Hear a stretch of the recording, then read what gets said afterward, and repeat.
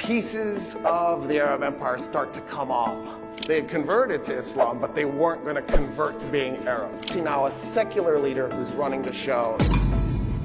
The Abbasids are surrounded by Persian bureaucrats, and those Persian bureaucrats have two agendas. One, to shift the attention of the Arab Empire east, and two, to destroy it.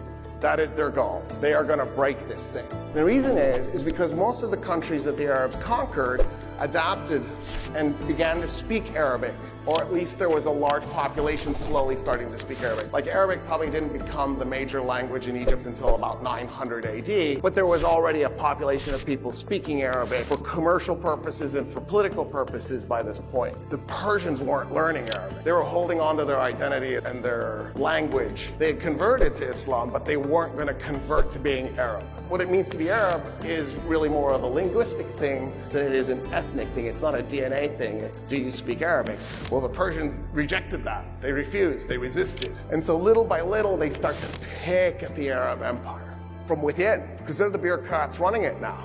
And pieces of the Arab Empire start to come off. Well, the first piece comes off in 756. It's Spain.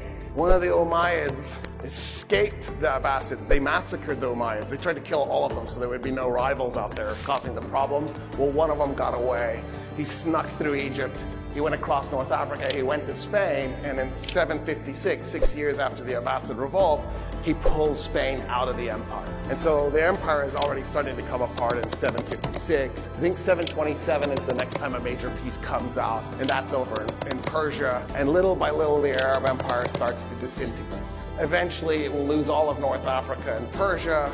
And as it's shrinking, the Khalifa, the system where you had a person who was a religious and a political authority, is starting to become symbolic. And they're being replaced by wazirs. They're being replaced by ministers. And so there's actually now a secular leader who's running the show. The Khalifa is becoming a symbolic leader who's mostly just confined to a palace in Baghdad and has no meaningful role other than to walk around the garden looking pretty. And by the time that happens, it also means that the person who has the best position symbolically to unify people has no political power, which is bad if you're trying to hold things together. I can't give you an exact date when the Arab Empire stops functioning, but it's pretty finished by 900.